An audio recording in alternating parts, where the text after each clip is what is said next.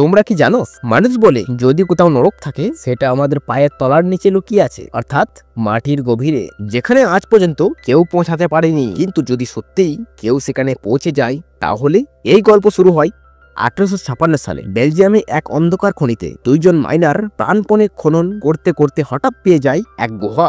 সবাই খুশিতে আত্মহারা, কারণ পুরনো কাহিনীগুলোতে লেখা আছে হাজার বছর আগে রাজা রানীরা তাদের অমূল্য ধনরত্ন মাটির নিচে লুকিয়ে রাখত। এই মাইনারদেরও আশাই এবার বুঝি সেই গুপ্তধন হাতে আসবে। কিন্তু গুহার ভেতরে পা দিতেই অদ্ভুত এক ঠান্ডা হাওয়া, এক শীতল নীরবতা গুনগুন করে উঠল। মুহূর্তেই সবার শরীর ঠান্ডা হয়ে গেল। এমন ভৌতিক পরিবেশে তারা ডাকলো এক তান্ত্রিককে। তান্ত্রিক মন্ত্র পড়ে ধীরে ধীরে হাত বাড়িয়ে দিল গুহার ভেতরে, আর তখনই এক অদ্ভুত ছায়া বেরিয়ে এলো। তান্ত্রিক ভয়ে দৌড়ে পালালো। আমরা সেটাকে পুরোপুরি দেখতে পারিনি, কিন্তু তার হাতের ভঙ্গি দেখে বোঝা যাচ্ছিল সেটা এমন কিছু যা মানুষ আগে কখনো দেখেনি। সবাই তাকিয়ে আছে সেই ভয়ঙ্কর দৃশ্যের দিকে। হঠাৎ লাইট চলে গেল, আর পর মুহূর্তেই একটা তীব্র চিৎকার। সেই দিন থেকে খনিটা চিরদিনের জন্য বন্ধ করে দেওয়া হয়।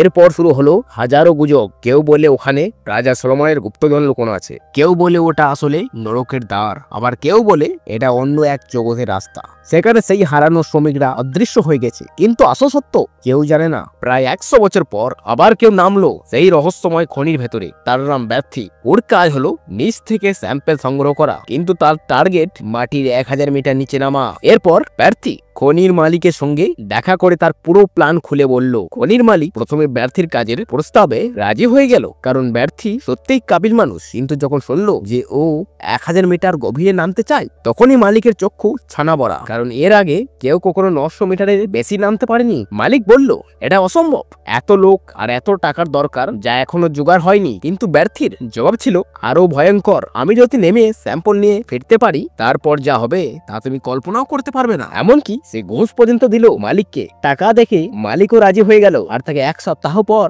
ফের আসতে বলল। 1 সপ্তাহ পর ব্যর্থী ফিরে এলো। এবার সে মালিককে জানালো তার দরকার এক দল যারা ওর সঙ্গে নিচে যাবে, আর এই দলের নেতা হতে হবে সবচেয়ে সাহসী, সবচেয়ে দক্ষ। তখনই সামনে এলো এক নাম, রোল্যান্ড। অভিজ্ঞত, তীক্ষ্ণ মস্তিষ্ক, একেবারে নির্ভীক। তাদের সঙ্গে ছিল নতুন সদস্য আমির। খনিতে কাজ শুরু করেছে মাত্র কয়েকদিন আগে। প্রথমে দলটা একাই নেমে গেল ভেতরে দেখতে সেখানে কাজ করার মতো অবস্থা আছে কিনা। সবকিছু ঠিকঠাক মনে হওয়ায় তারা ওকে রিপোর্ট দিল। এরপর ব্যর্থীকেও নিয়ে নামলো মাটির তলায়। যখন তারা 900 মিটার গভীরে পৌঁছালো, ব্যর্থী একটা বিশেষ ডিভাইস বের করলো। ঘন্টার পর ঘন্টা চেক করার পর অবশেষে সে পেলো এক জায়গা যেখান থেকে নেক্সট লেভেলে নামার রাস্তা খুলে দেওয়া যাবে। কিন্তু সমস্যা হলো সেখানে বিস্ফোরণ ঘটানোর ছাড়া উপায় নেই, আর এত পুরনো মাইনে বিস্ফোরণ মানেই মারাত্মক বিপদ। তবুও টাকার লোভে সবাই রাজি হয়ে গেল। একটা জোরালো বিস্ফোরণের পর গড়িয়ে পড়ল বিশাল ধ্বংস স্পুত। সামনে খুলে গেল এক অন্ধকার গর্ত। রোল্যান্ড বিস্মিত হয়ে ব্যর্থীকে জিজ্ঞেস করলো, তুমি আসলে খুঁজছো কি এই শতবর্ষীর খনির ভেতরে? কিন্তু ব্যর্থী চুপ, কোনো উত্তর দিল না। এরপর ওদের আর কোনো উপায় রইল না। একে একে সবাই নামলো সেই গভীর অন্ধকার গর্তের ভেতর। নামতেই তারা দেখতে পেল এটা কোনো সাধারণ সুড়ঙ্গ নয়, বরং যেন এক বিশাল বেসমেন্ট, দারুণ নিখুঁত ভাবে নির্মিত। আর সেটি দেখতেই রোল্যান্ডের মনে পড়ল এক পুরনো গল্প যা তার পূর্বপুরুষেরা বলেছিল।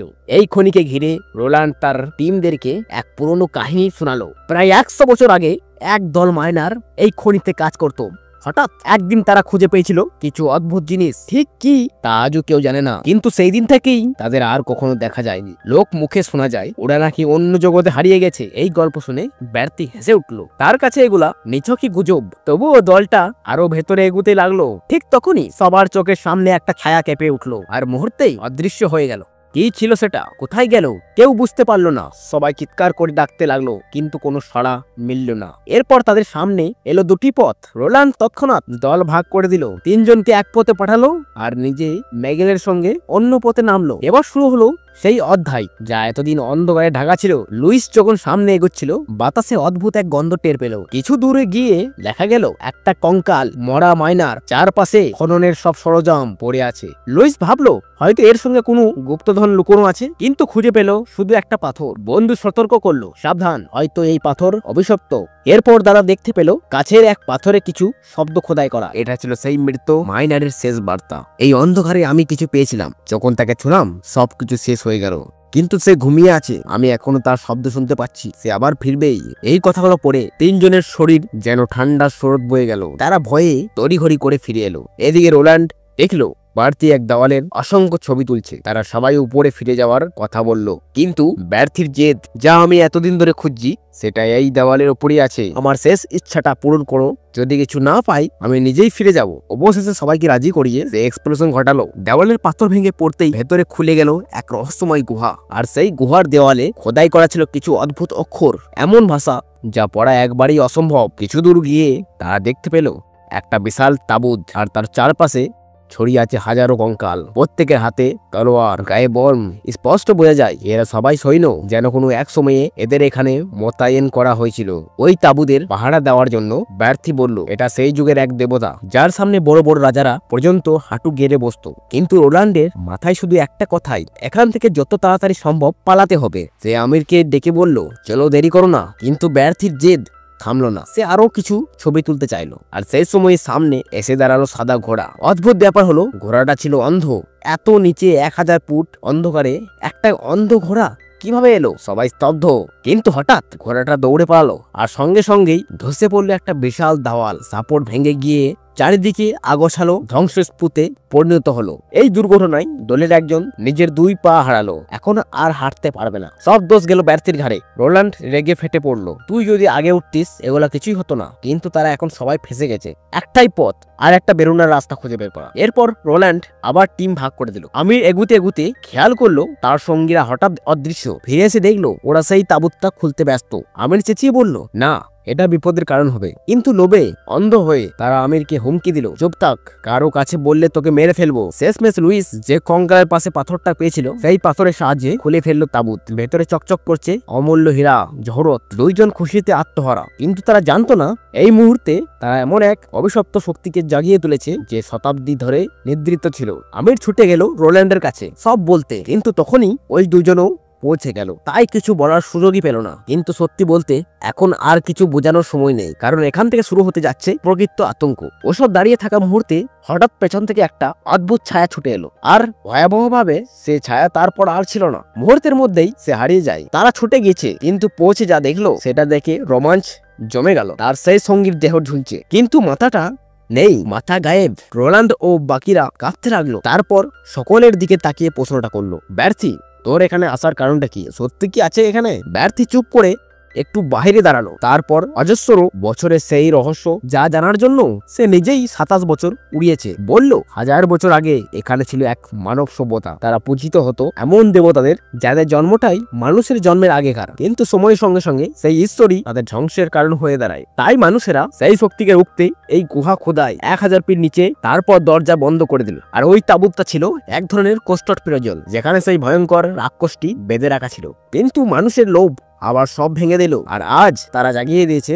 সেই মরণ শক্তিকে। হঠাৎ তাদের মনে পড়ে তাদের এক সঙ্গী এখন নিখোঁজ। তারা দৌড়ে গিয়ে দেখলো সব দেরি হয়ে গেছে। রাক্ষস তাকে জড়িয়ে টেনে বার করলো। তার কান্না, রাগ আর স্রোত সবকিছু সামনে থেকে কেটে যায়। সঙ্গীর শেষ শব্দ ছিল কেবল একটাই, আমার পরিবারকে দেখাশোনা করবে। তার এই মৃত্যু রোল্যান্ডকে বিশ্বাসহীন রাগে ঠেলে দিল।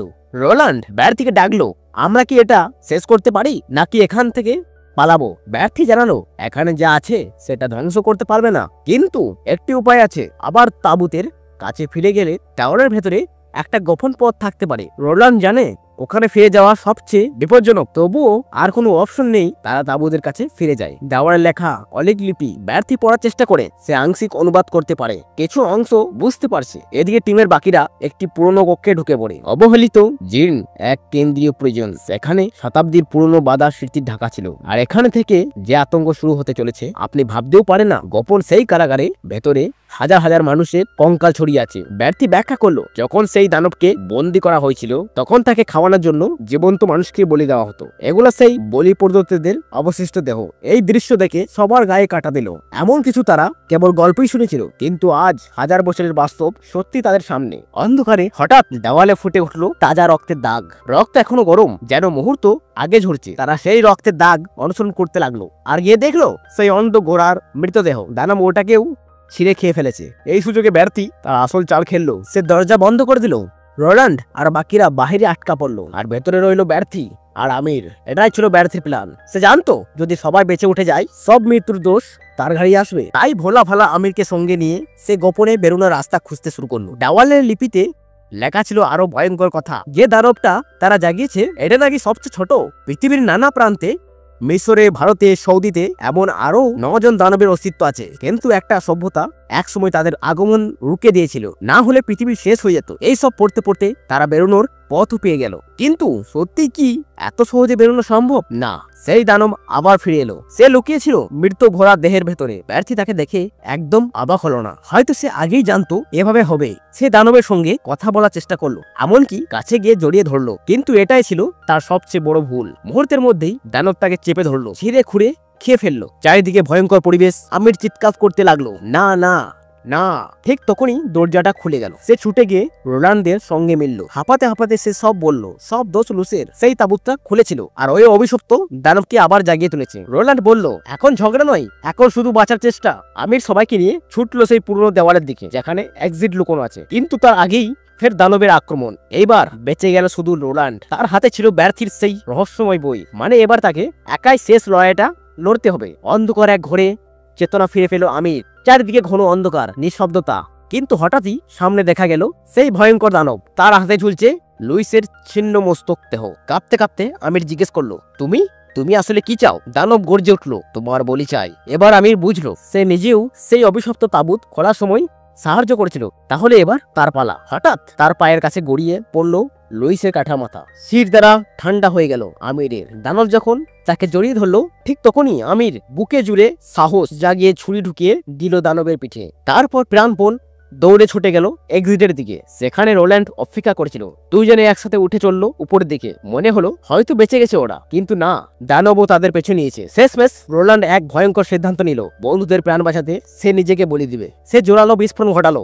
এক মুহূর্তে কেঁপে উঠলো পুরো গুহা। দেওয়াল ভেঙে পড়লো, রোল্যান্ডও চাপা পড়লো, আর সাথেই সেই দানবও সব ধোলাসাৎ। মনে হলো হয়তো দানব শেষ হয়ে গেছে। কিন্তু প্রশ্ন থেকেই যায়, 1000 বছর ধরে সে বন্দি থেকেও বেঁচেছিল, তাহলে কি সত্যি সে শেষ হলো, নাকি অন্য কোনো গোপন পথ দিয়ে সে আবার বেরিয়ে যাবে আর একদিন মানব জাতির সামনে ফিরে আসবে? বন্ধুরা, এই ছিল আজকে স্পাইন চিলিং গল্প।